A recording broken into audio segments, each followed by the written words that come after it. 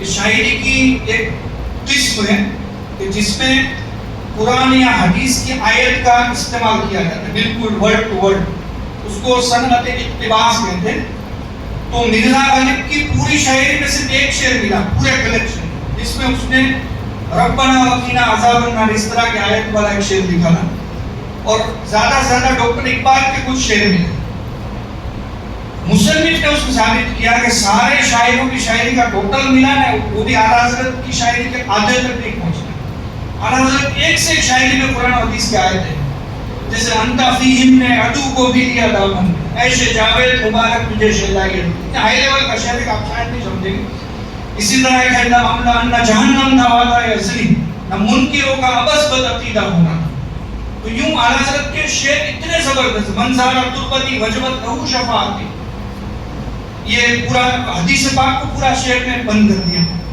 تو یوں اعلیٰ حضرت کے ایسے سینکڑوں اشعار ہیں جس میں قرآن اور حدیث کی بالکل ورڈ ٹو ورڈ کوڈ کیا گیا، صرف اشارہ نہیں۔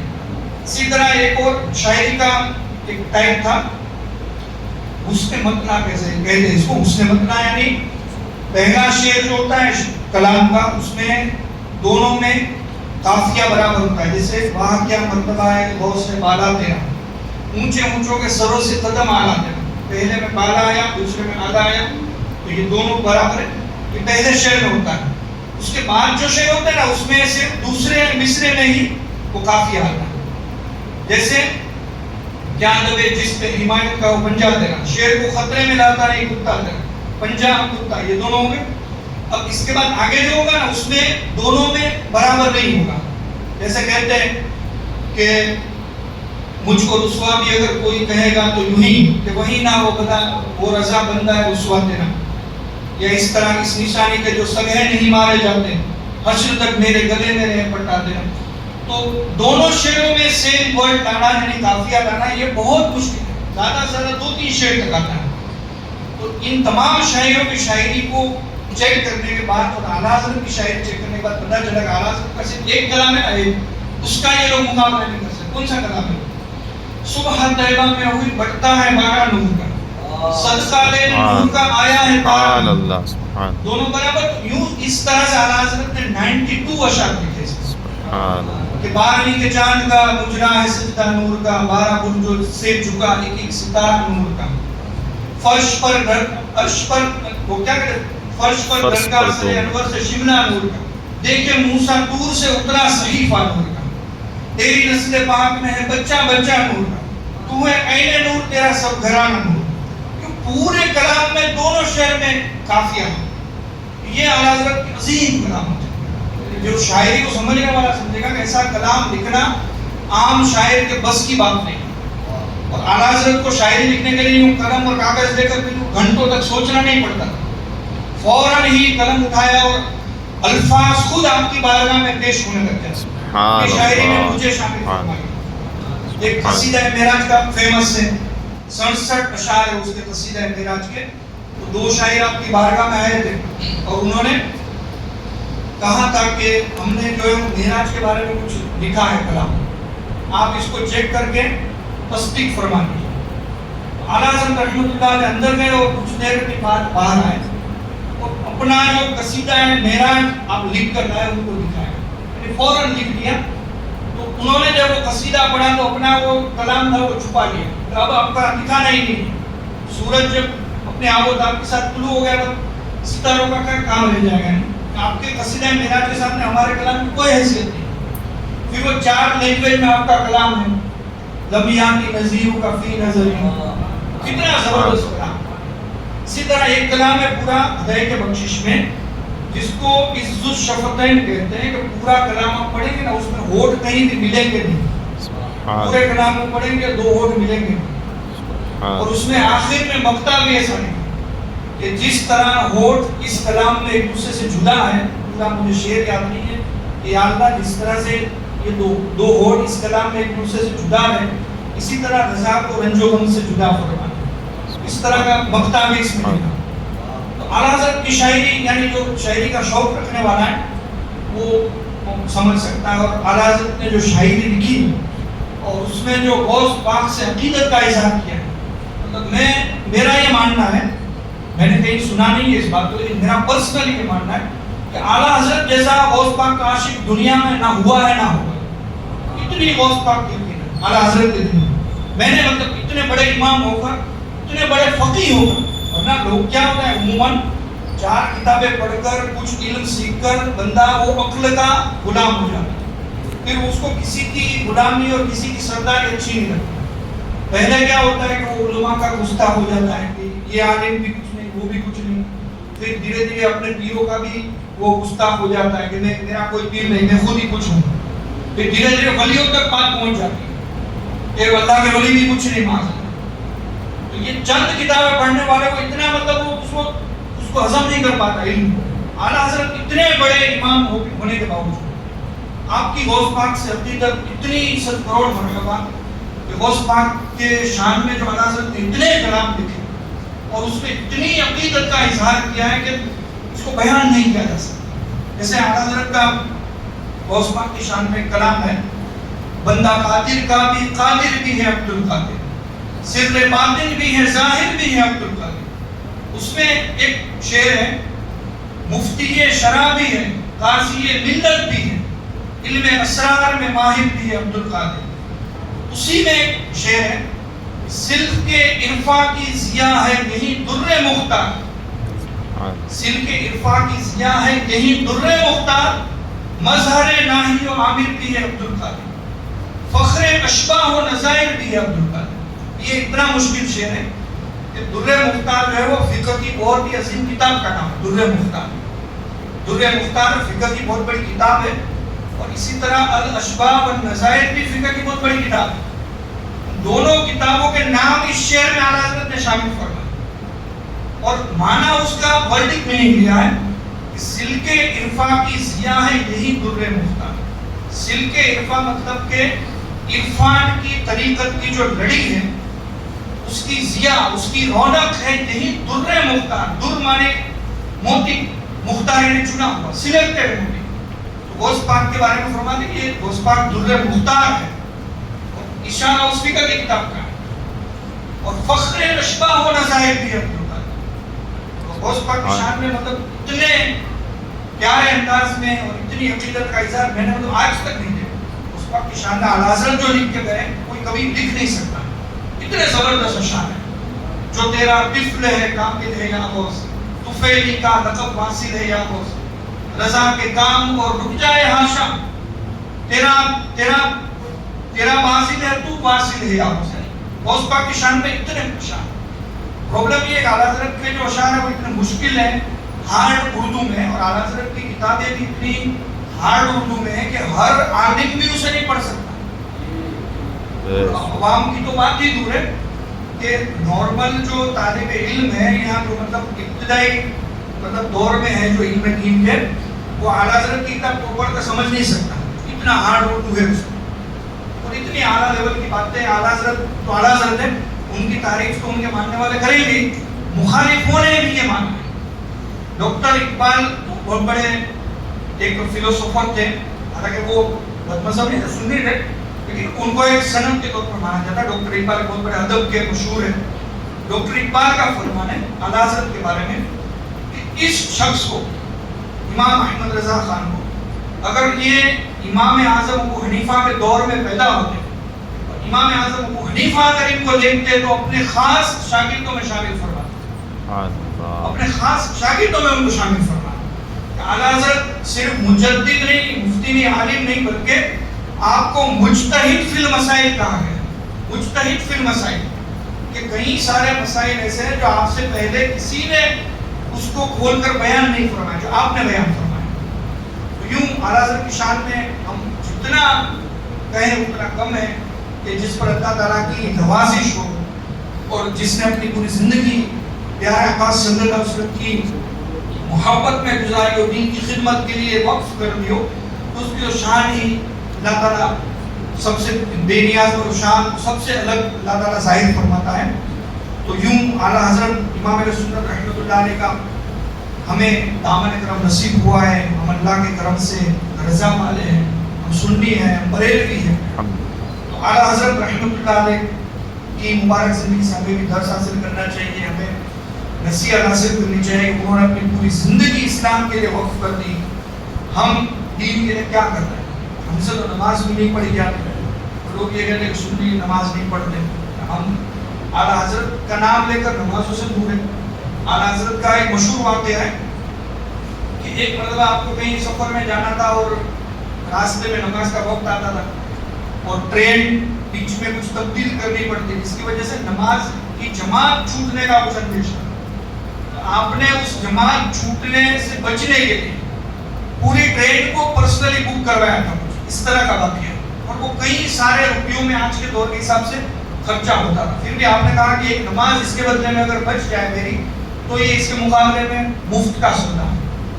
تو یوں ہمارے امام تو اتنے تقویٰ پرہیزگاری کے پیکر تھے اور ہم جو ہے نمازوں سے غافل ہوں یا ہم جو ہے علم دین سے بالکل دور ہوں. انہوں نے 4 سال کی عمر میں قرآن نازلہ پورا کر دیا اور حافظ کا تو آپ کا فیمس ہے 1 مہینے میں قرآن حفظ کر دیا. یہ بھی جب میں نے پہلی بار پڑھا تو تعجب ہوا کہ 1 مہینے میں قرآن حفظ کیسے ہو سکتا ہے. اعلیٰ حضرت رحمۃ اللہ علیہ نے 1 مہینے میں قرآن حفظ کر دیا. لیکن جب علم دین سیکھا آگے بڑھے تب مطلب بالکل واقعی میں اندازہ ہوا کہ ہم جب اس طرح سے علم دین میں مشغول رہتے تو کئی ساری آیتیں ہمارے پیش نظر رہتی ہیں. اعلیٰ حضرت کا کیا شان مطلب کیا مقام ہوگا کہ جنہوں نے پوری زندگی قرآن و حدیث کی خدمت کرنے میں گزار دی. ان کے پیش نظر تو ہر آیت ہوگی ہی. اب ان کو حافظ بننے کے لیے کچھ آیت رٹنے کی ضرورت نہیں تھی, صرف ترتیب دیکھنی کون سی آیت کس کے بعد. اور یہ انہوں نے 1 ماہ کے قلیل عرصے 1 مہینہ بھی پورا صبح سے شام تک نہیں بلکہ افطاری کے بعد سے لے کر تراویح کے بیچ کا جو وقت اسی میں آپ یاد کر لیتے تھے اور سنا دیتے. تو یہ ایسے مطلب کہ ذہین تو واقعی میں انٹیلیجنٹ تھے. بہت زیادہ اللہ نے آپ کو حافظہ عطا فرمایا تھا, بہت زیادہ میموری پاور عطا فرمایا تھا. پوری کتاب آپ کو یاد رہ جاتی تھی, کون سا مسئلہ کون سی کتاب کے کون سے پیج نمبر پر اور کون سے پیج میں کہاں اوپر ہے نیچے ہے کون سی لائن میں ہے یہ بھی آپ یاد فرما لیتے. تو یہ اس کو علم لدنی کہا جاتا ہے جو اللہ تعالیٰ بغیر کسب کے بغیر محنت کے عطا فرماتا ہے. اعلیٰ حضرت کا یہ خاصہ ہے کہ آپ نے کسی مدرسے میں دارالعلوم میں نہیں پڑھا ہے, اپنے والد سے اپنے گھر میں پڑھا ہے. آپ کے والد بھی بہت بڑے مفتی تھے. میں نے جب سنا اعلیٰ حضرت تو اتنے بڑے عالم تھے, ان کے والد بھی تھے, تو سوچا کہ اعلیٰ حضرت کی تعریف میں یوں ہی کہہ دیا گیا ہوگا کہ یہ بڑے تھے تو ان کے والد بھی بڑے. نہیں, ان کی کتاب میں نے پڑھی ہے تفسیر رسول علم نشرہ, مفتی نقی علی خان اعلیٰ حضرت کے والد کی وہ کتاب پڑھی تو پڑھ کے ایسا لگا کہ یہ اعلیٰ حضرت ہی کی کتاب لگ رہی تھی. دونوں کا انداز بیان بالکل سے اور ان کا بھی علم اتنا زبردست مفتی نقی علی خان کا. اسی طرح اعلیٰ حضرت کے جو شہزادے ہیں مفتی اعظم ہند اور مفتی حامد رضا خان حجت الاسلام, ان دونوں کی کتاب آپ پڑھیں گے تو آپ کو لگے گا کہ یہ اعلیٰ حضرت کی کتاب, تو وہ بھی اتنے علم میں ماہر ہیں. تو یہ اللہ جس کو نواز دے اس خاندان پر اللہ تعالیٰ کا خاص کرم ہے اور یہ سب عشق رسول کی بدولت ہے. اللہ تعالیٰ نے ان کو اتنے علم سے نوازا. ہمیں بھی چاہیے کہ ہم بھی علم سیکھیں, اپنی اولاد کو بھی سکھائیں. ہماری اولاد آج علم دین سے دور ہے, قرآن پاک مخارج سے پڑھنا نہیں جانتے, بیسک چیزیں نہیں جانتے, اسی وجہ سے ادھر ادھر گمراہی میں پڑ جاتے ہیں. سیکھیں, ہمارے پاس بہت کچھ ہے, ہمیں کسی کے پاس جانے کی ضرورت نہیں, ایسے ویسے کسی کی بیان سننے کی ضرورت نہیں ہے. ہمارے علماء کا سنت ہمارے لیے وہ علم کے ذریعہ پایا ہے کہ اس کو ہم کبھی اپنی زندگی میں پڑھ بھی نہیں پائیں گے پورا, اتنا زیادہ علم ہے. اللہ تعالیٰ ہمیں اس علم سے بس فیض لینے کی توفیق عطا فرمائے. اعلیٰ حضرت کی تعریف میں مطلب میں بولتا چلا جاؤں گا تو ایک سے ایک بات نکلے گی جو کئی ساری آپ کو شاید سمجھنے میں بھی دشواری ہوگی. علماء کرام بظاہر جانتے ہیں, اعلیٰ حضرت کو سمجھایا علماء نے. اعلیٰ حضرت کا عرس ابھی گیا, آپ نے سنا بھی ہوگا, بریلی شریف میں آپ جائیے, اتنی بھیڑ ہوتی ہے عاشقان رضا کی, لیکن اس میں کوئی آپ کو عورت نظر نہیں آئے. دنیا کا ایسا عرس ہے سنیوں کا, یہاں عورتیں نہیں ہیں. اور آپ کو جتنے وہاں پر لوگ ملیں گے نا اس میں اکثریت سنت رسول سجائے ہوئے داڑھی والی, ٹوپی والی, امامے والے, نمازی لوگ ہیں. یہ اعلیٰ حضرت کی جیتی جاگتی کرامت ہے.